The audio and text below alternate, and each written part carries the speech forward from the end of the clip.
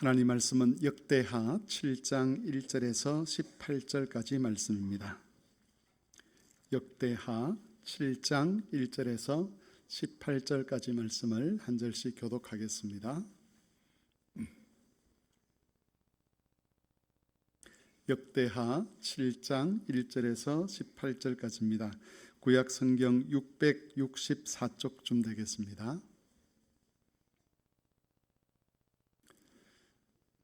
한 절씩 교독하겠습니다. 솔로몬이 기도를 마침에 불이 하늘에서부터 내려와서 그 번제물과 제물들을 사르고 여호와의 영광이 그 성전에 가득하니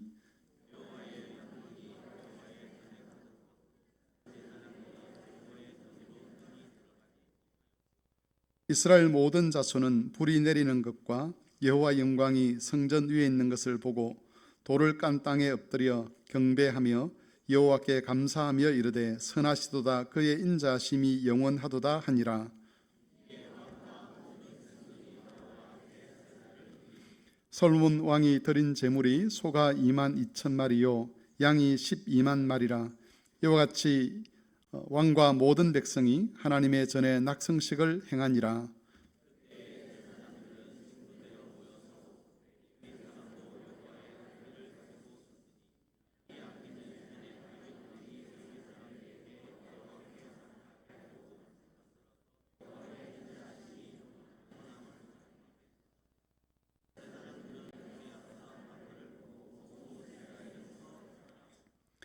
솔로몬이 또 여호와의 전 앞들 가운데를 거룩하게 하고 거기서 번제물과 화목제의 기름을 드렸으니 이는 솔로몬이 지은 놋 제단이 능히 그 번제물과 소제물과 기름을 용납할 수 없음이더라.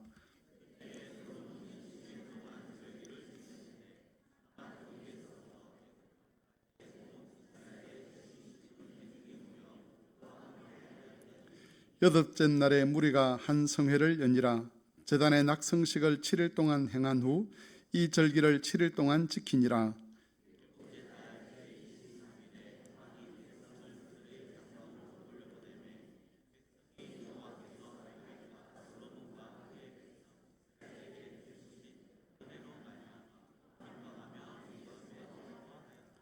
솔로몬이 여호와의 전과 왕궁 건축을 마치고 솔로몬의 심중에 여호와의 전과 자기의 궁궐에 그가 이루고자 한 것을 다 형통하게 이루니라.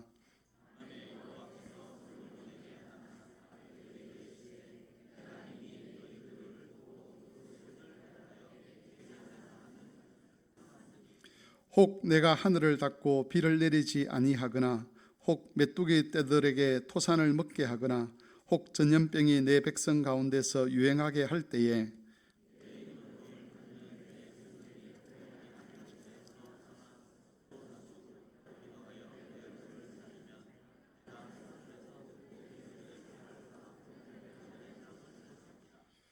이제 이곳에서 하는 기도에 내가 눈을 열고 귀를 기울이리니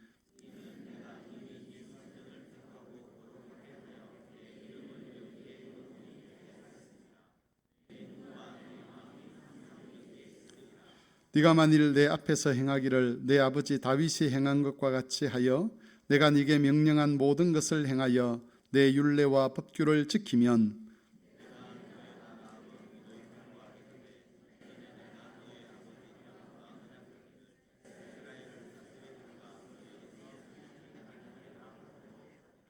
아멘.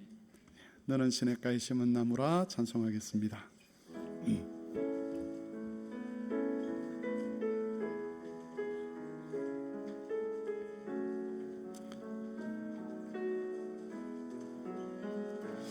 너는 시냇가에 심은 나무라. 하나님의 사랑 안에 믿음 뿌리 내리고 주의 뜻대로 항상 살리라. 네, 오늘은 역대하 7장 1절에서 8절까지를 읽었지만 역대하 5장에서 7장에 있는 내용을 중심으로 이스라엘 백성들에 있었던 성전과 관련된 것에 관해서 살펴보고자 합니다. 성전은 이스라엘 백성들의 신앙의 중심이었습니다. 하나님께서 성전에 자기의 영광을 나타내시고 또 이스라엘 백성들은 성전에서 하나님께 예배를 드렸습니다. 그래서 우리식으로 말하면 성전은 하늘에 계신 하나님과 그리고 땅 위에 있는 하나님의 백성들이 만나는 장소 또는 교제의 장소였다라고 그렇게 볼 수가 있습니다. 하지만 성전은 그런 의미 외에도 제사를 드린다, 또 하나님의 영광이 임한다는 그것 외에도 여러 가지 중요한 신앙과 관련된 주제를 담고 있었습니다. 그래서 오늘은 이 솔로몬이 성전을 건축하고 난 다음에 하나님 앞에 낙성식을 거행한 이 본문을 중심으로 해서 성전과 관련되어서 우리가 깨달아야 될, 또 마음에 새겨둬야 될 교훈이 무엇인가 하는 것을 살펴보고자 합니다.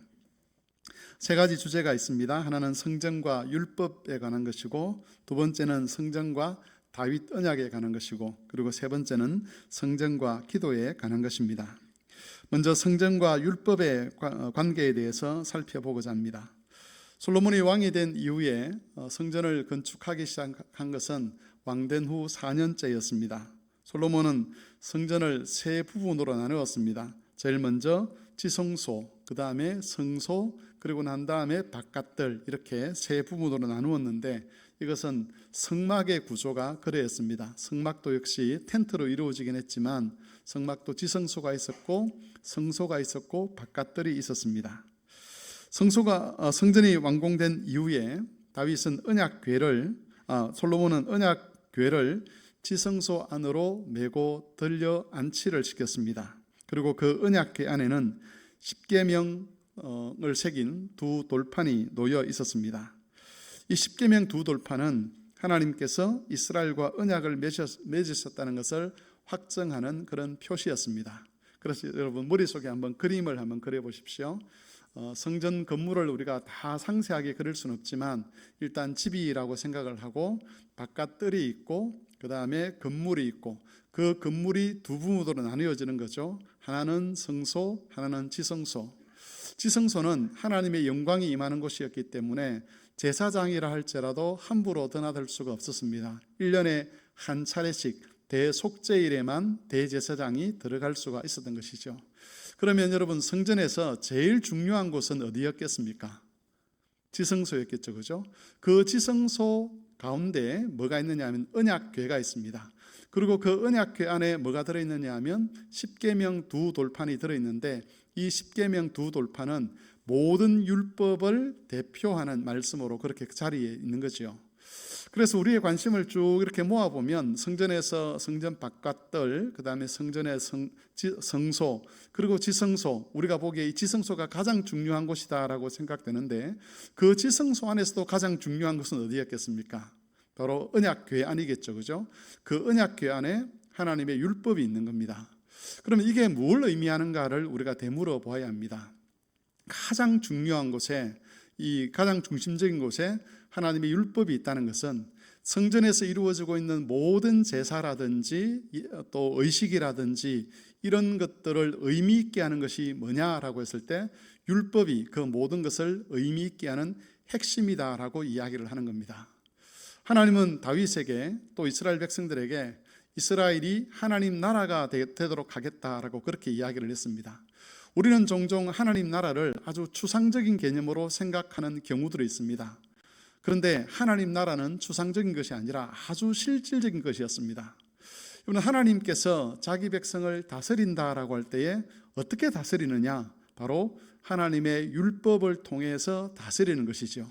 하나님 나라에서 핵심은 하나님의 율법입니다. 왜냐하면 율법이야말로 하나님의 다스림이 하나님 백성들에게 임하는 통로이기 때문에 그렇습니다.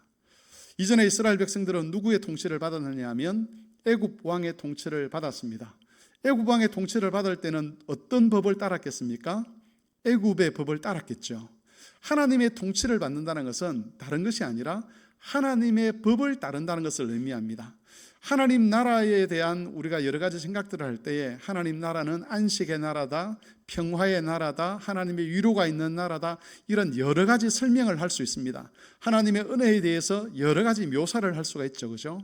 그런데 그런 것들은 하나님 나라의 특징이기도 하지만 하나님의 다스림의 결과입니다. 그러면 그 하나님의 다스림은 무엇으로 있느냐? 바로 율법을 통해서 하나님의 다스림이 나타나는 것이지요. 그래서 하나님 나라의 핵심이 뭐냐라고 했을 때 바로 이 하나님의 율법이 하나님 나라의 핵심이 될 수가 있는 겁니다. 우리가 말하는 하늘의 위로, 그것은 율법을 순종하지 않는 곳에서는 하나님의 위로가 없습니다. 율법을 순종하지 않는 곳에는 안식이 없습니다. 율법을 순종하지 않는 곳에서는 평화가 없습니다. 하나님의 위로, 하나님의 안식, 하나님이 약속하신 평화는 하나님의 통치의 결과로 오는 것인데 그 통치는 하나님의 율법에 순종하는 것으로 받는 것이지요. 이스라엘 백성들이 하나님께 제사를 드리는 것은 굉장히 중요한 신앙의 행위였습니다. 그런데 그 제사 자체가 어떤 힘을 가지고 있는 것은 아니라는 것이지요. 그 제사를 의미 있게 하는 것이 뭐냐? 그게 바로 하나님의 율법에 순종하는 것이다 라고 하나님은 말씀하셨고, 그걸 이스라엘 백성들이 알 수 있도록 성전의 구조를 그렇게 만든 것입니다. 성전에서는 바깥들도 중요합니다. 왜냐하면 여기에서 제사가 드려지기 때문에. 성소도 중요합니다. 지성소도 중요합니다. 특별히 지성소는 하나님의 영광이 임재하는 자리이기 때문에 앞에서 말씀드린 대로 사람이 임의로 드나들 수 없을 만큼 신성한 곳이고 거룩한 곳입니다. 그러나 그 모든 것을 의미 있게 하는 한 가지가 뭐냐? 하나님의 법이라는 것이죠. 이것은 오늘날 우리에게도 그대로 적용될 수 있는 원리입니다. 구약시대에는 종교 제사를 드리는 제의가 신앙의 어떤 큰 틀을 형성하는 신앙의 중심적인 행위였다면, 오늘날에 있어서 우리 신앙에 있어서 중심적인 어떤 공동체적인 의식은 예전이라고 그렇게 말을 할 수가 있는 거죠. 우리가 흔히 예배라고 하지만 원래 이 예배를 가리키는 우리나라 말을 하자면 예전이라는 말이 맞습니다. 리터지라는 말인데 우리가 국민 의례를 하듯이 딱 정해진 절차를 따라서 그 의미를 따라서 예배가 진행되는 것, 이걸 예전이라고 하죠. 예전은 우리 신앙에 있어서 굉장히 중요한 겁니다. 이 예전의 순서에는 하나님이 우리를 어떻게 사랑하시는지, 우리가 하나님을 어떻게 섬겨야 되는지, 하나님께서 우리에게 베푸신 은혜와 선물이 무엇인지 하는 것들이 이 예전 속에 다 녹아져 있습니다.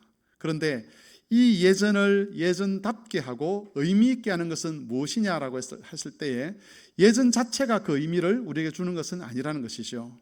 우리가 그리스도의 가르침을 따라서 순종하고 그리스도의 말씀을 받아들일 때에, 그 말씀을 따를 때에, 다시 말하면 하나님의 통치를 우리가 받을 때에 이 예전이 의미가 있는 겁니다. 오늘날 어떤 사람들은 하나님은 사랑이시다, 그리스도는 사랑이다, 이런 어떤 좋은 말들을 많이 하면서 실질적인 하나님 말씀에 순종하는 것, 또 하나님 말씀에 순종하기 위해서 자기의 재성과 싸우고 바깥에 있는 여러 가지 죄의 유혹들과 싸우고 거짓된 질서들과 싸우고 하는 이런 것들에 대해서는 신앙의 부류에 넣지 않으려고 하는 그런 사람들이 있습니다.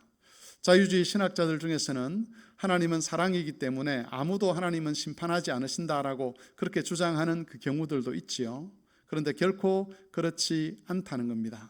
하나님의 다스림을 받지 않으면 아무리 종교적인 행위가 풍성하다 할지라도, 아무리 제의가 화려하다 할지라도, 아무리 예전이 거룩하게 여겨진다 할지라도 거기에는 하나님이 약속하신 위로나 또 하나님이 약속하신 은혜나 또는 평화나 이런 것들이 있을 수가 없는 겁니다. 우리가 세상의 평화를 위해서 기도하지 않습니까? 전쟁 지역에 하나님 평화를 주십시오라고 기도하는데, 일시적인 평화는 예수 믿지 않는 자들에게도 하나님께서 주실 수가 있습니다. 하지만 참된 평화는 그리스도의 다스림을 받지 않는 곳에서는 참된 평화를 결코 맛볼 수가 없는 겁니다. 하나님, 우리 가정에 그리스도의 평화가 임하게 해주십시오라고 기도하는 분이라면 그 평화를 누리고자 하면 그리스도의 말씀에 순종해야 합니다.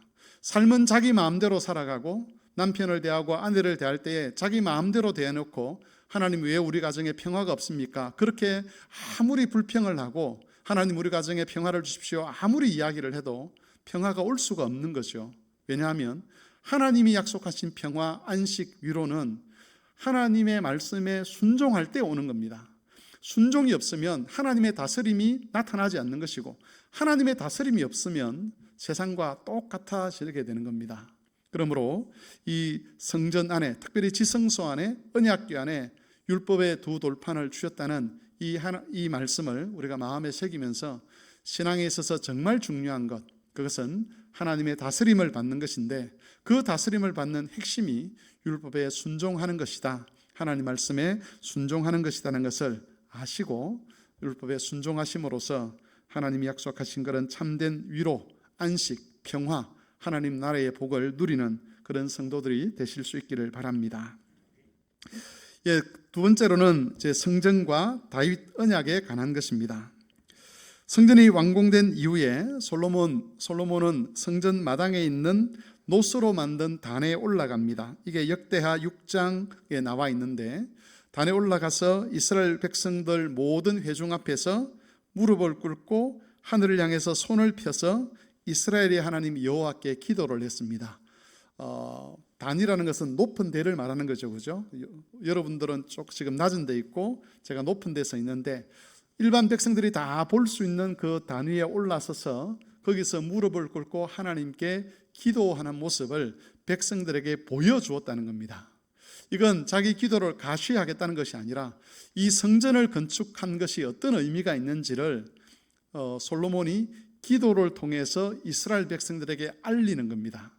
제가 오늘 오전 예배 시간에 공기도가 하나님의 은혜의 방편이다라고 그렇게 말씀을 드렸는데, 공적인 기도죠. 언약을 기억하고 솔로몬이 지금 성전 건축 완공 이후에 하나님께 기도하는 것은 이스라엘 백성들에게 하나님의 언약이 무엇인지를 다시 알리는 그런 역할을 했습니다. 기도를 했지만 사실 이 기도는 하나님 말씀을, 하나님의 언약의 말씀을 복창하는 것과 다름이 없었습니다. 인간이 스스로 만들어낸 어떤 개념, 어떤 소원, 그걸 기도한 것이 아니라는 것이죠.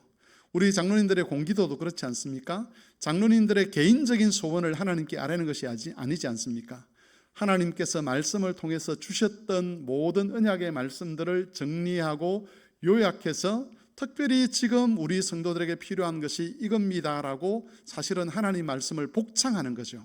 하나님이 이런 것을 주시겠다고 약속하셨으니 제가 교회의 공적인 직분자로서 하나님께 이 기도를 드립니다라고 요청을 하는 게, 그게 공기도입니다.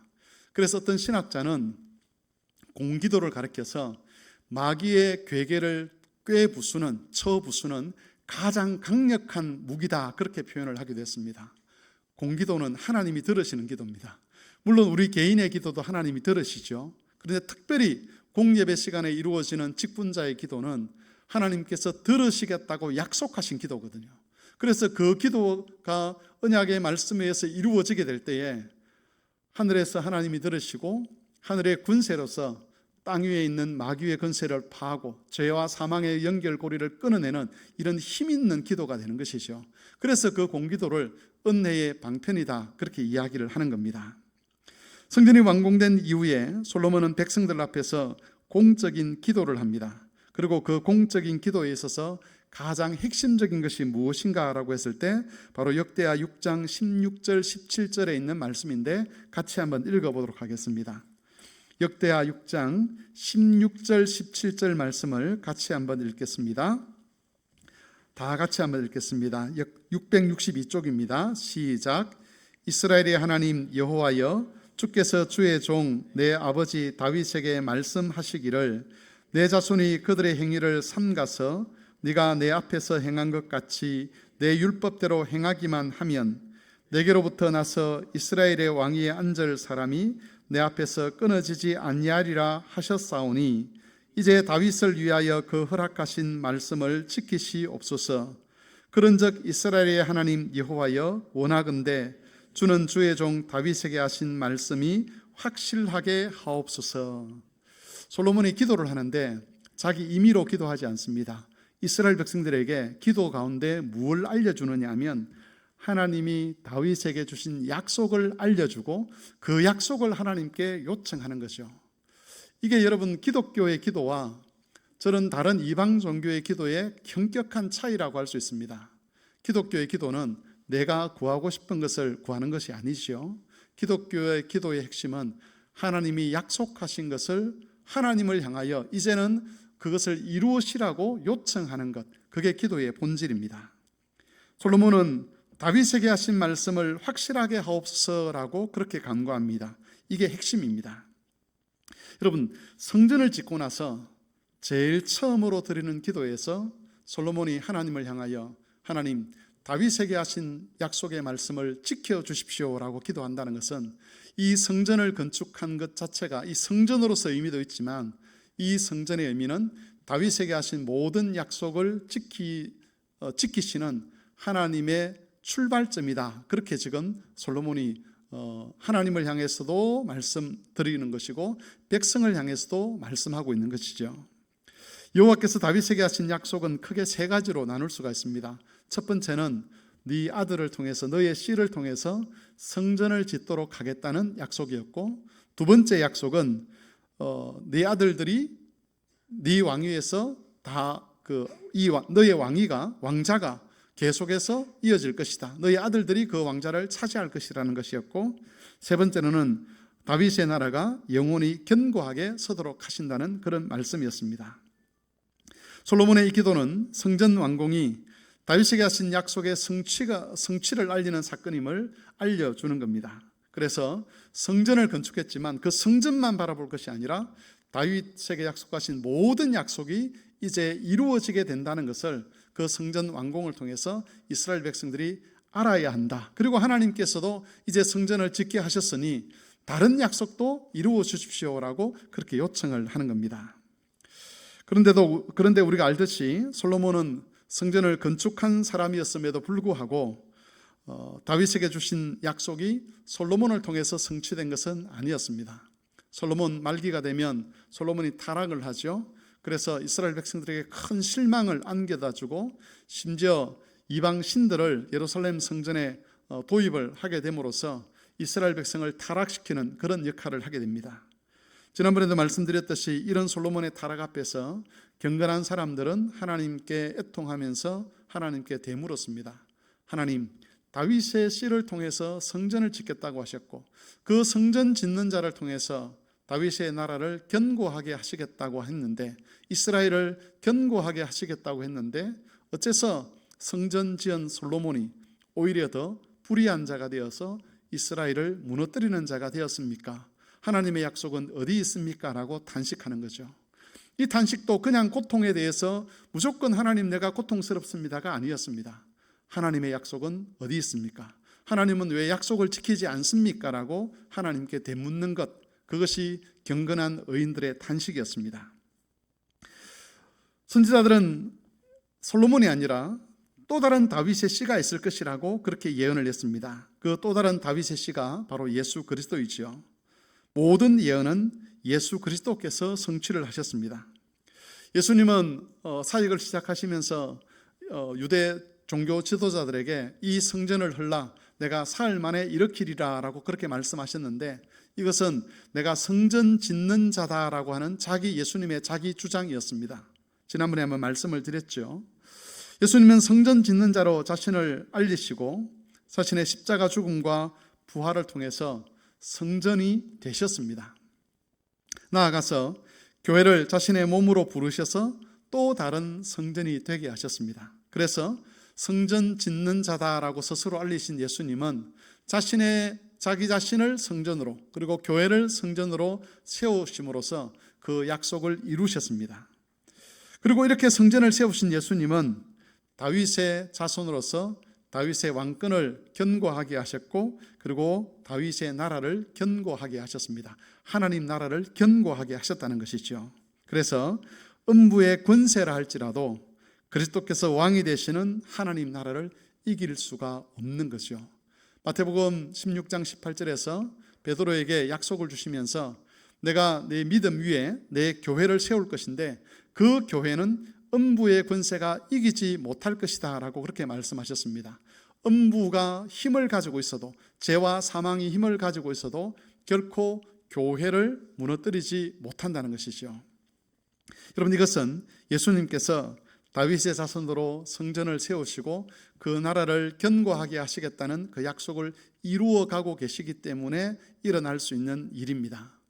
우리가 기대할 수 있는 건 이거죠. 이 세상의 모든 하나님을 대적하는 무리들, 특별히 죄의 힘, 사망의 힘, 이런 것들이 결국은 그리스도로부터 멸망을 당하게 될 것이고, 그리스도께서 세우신 하나님 나라만이 온전케 된다는 것을 우리는 기대할 수 있는 겁니다. 그래서 구약시대에 솔로몬 성전이 세워지는 것을 통해서 이스라엘 백성들이 다윗의 나라의 견고함을 기대했던 것처럼, 우리 역시 예수께서 스스로 성전이 되시고 그리고 주의 몸된 교회를 성전으로 삼아주신 이 사건을 통해서 다음 장면을 기대하는 거죠.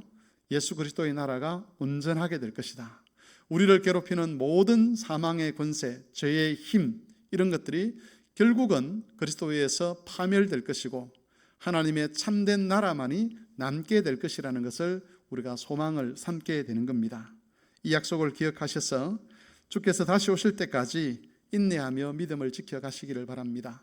우리가 지금 구약시대의 예배를 드리지는 않지만 하나님께서 우리 이 예배당이 아니라 우리 전체를 성전이 되게 하시고, 이 성전에서 하나님께 예전을 통해서 하나님과 교제하는 만남이 이루어지게 하시는 이 장면을 통해서 우리로 하여금 계속해서 기대하도록 하는 게 있다는 거죠. 그게 바로 종말에 하나님의 완성될 나라입니다. 그게 없다면 우리의 모든 믿음은 헛것이 될 수밖에 없을 것입니다. 세 번째는 성전과 기도에 관한 겁니다. 솔로몬은 여호와께서 건물 성전에 갇히는 분이 아님을 고백했습니다. 그러면서도 여호와의 이름으로 일컬어지는 성전을 향해서 드리는 기도에 대해서 응답해 주실 것을 요청을 하는데, 역대하 6장 19절을 같이 한번 읽어보도록 하겠습니다. 역대하 6장 19절입니다. 다 같이 읽겠습니다. 시작. 그러나 나의 하나님 여호와여, 주의 종의 기도와 간구를 돌아보시며 주의 종이 주 앞에서 부르짖는 것과 비는 기도를 들으시옵소서. 여기서 돌본다, 돌아본다라고 하는 말이 있는데, 이것은 방향을 돌려서 마주한다는 뜻입니다. 이스라엘이 죄를 지으면 하나님께서는 그 얼굴을 돌리시고 언약의 징계를 내리십니다. 솔로몬은 그런 징계 가운데서도 이스라엘이 여호와의 이름을 인정하고 죄에서 돌이켜 성전을 향해서 기도하면 여호와께서 그 기도를 들어주십시오. 이 성전이 여호와의 이름으로 일컬어지는 집이오니, 비록 하나님은 하늘에 계시지만 우리가 이 성전을 향해서 기도할 때 하나님 우리 죄를 용서하시고 하나님의 얼굴을 우리에게로 돌리셔서 우리의 죄를 사하시고 우리의 기도를 들어주십시오라고 그렇게 기도했다는 겁니다. 그리고 읽었던 역대하 7장 14절에서 16절 말씀에서 하나님은 응답을 하십니다. 내 이름으로 일컫는 내 백성이 그들의 악한 길에서 떠나 스스로 낮추고 기도하여 내 얼굴을 찾으면 내가 하늘에서 듣고 그들의 죄를 사하고 그들의 땅을 고칠지라. 이제 이곳에서 하는 기도에 내가 눈을 들고 귀를 기울이리니 이는 내가 이미 이 성전을 택하고 거룩하게 하여 내 이름을 여기에 영원히 있게 하였습니다. 내 눈과 내 마음이 항상 여기에 있으리라. 여호와의 약속을 기억한 의인들은 위기의 순간들마다 이 하나님의 약속을 기억하고 성전을 향하여 늘 기도를 했습니다. 대표적인 사람이 바로 다니엘이었습니다. 다니엘서에 보면 다니엘은 자기 집 윗방에서 늘 예루살렘을 향한 창문을 열고 하루에 3번씩 기도했다는 내용이 있습니다. 이것은 솔로몬의 기도에 대해서 하나님이 응답한 것을 알았고 그 약속의 말씀을 마음에 품고 솔로몬이 하나님께 간구하는 거죠. 뭘 간구했겠습니까? 하나님, 우리의 죄를 사하여 주옵소서. 우리가 우상을 숨기고 하나님을 버리고 하나님의 은혜를 멸시하고 하나님의 이름을 모독한 모든 죄에서 이 이스라엘 백성을 용서하시고 하나님이 약속하신 대로 악한 길에서 떠나 낮추고 기도하는 이 백성을 다시 주의 품으로 품어주십시오라고 기도했던 겁니다. 여호와께서는 다니엘의 기도를 들으셨습니다. 그래서 남은 자들이 예루살렘으로 돌아가서 다시 성전을 짓게 하고 다윗의 나라를 이어가게 하셨습니다. 이것은 여호와께서 자신의 약속에 신실하셨음을 우리에게 보여주는 것이지요. 오늘날 우리는 건물 성전을 향해서 기도하지는 않습니다. 그러나 참 성전이신 예수 그리스도의 이름으로 기도합니다. 우리가 그리스도의 이름으로 기도할 때에 주님이 들으시겠다고 약속을 하셨습니다. 제가 역대하 7장 14절에서 16절 말씀을 읽었지만 이것보다도 더 확실하게 하나님은 그리스도의 이름, 아들의 이름을 두고 기도하는 자의 기도를 반드시 들으시겠다라고 그렇게 약속하셨습니다. 성전을 향한 기도에 신실하게 응답하신 여호와는 그리스도의 이름으로 기도하는 모든 자들의 기도에 대해서도 신실하게 응답하실 것입니다. 성도 여러분, 우리는 다 죄인들입니다. 우리가 일주일 동안 살아가면서 저도 그렇고 여러분도 그렇고 주일날 들었던 말씀 가지고 결단을 하죠. 하나님, 이번 주는 한번 제대로 한번 살아보겠습니다. 이번 주는 제가 이런 죄를 한번 안 지어보도록 하겠습니다. 이번 주는 그 형제를 위해서 마음을 한번 풀어보겠습니다. 그런데 지나다 보면 어느 순간인가 우리가 그렇게 잘 살지 못한다는 것을 깨닫게 됩니다. 그래서 여러분도 그러한 경우가 있겠지만 설교를 준비하는 자로서 주일이 다가올 때마다 굉장히 부담이 됩니다.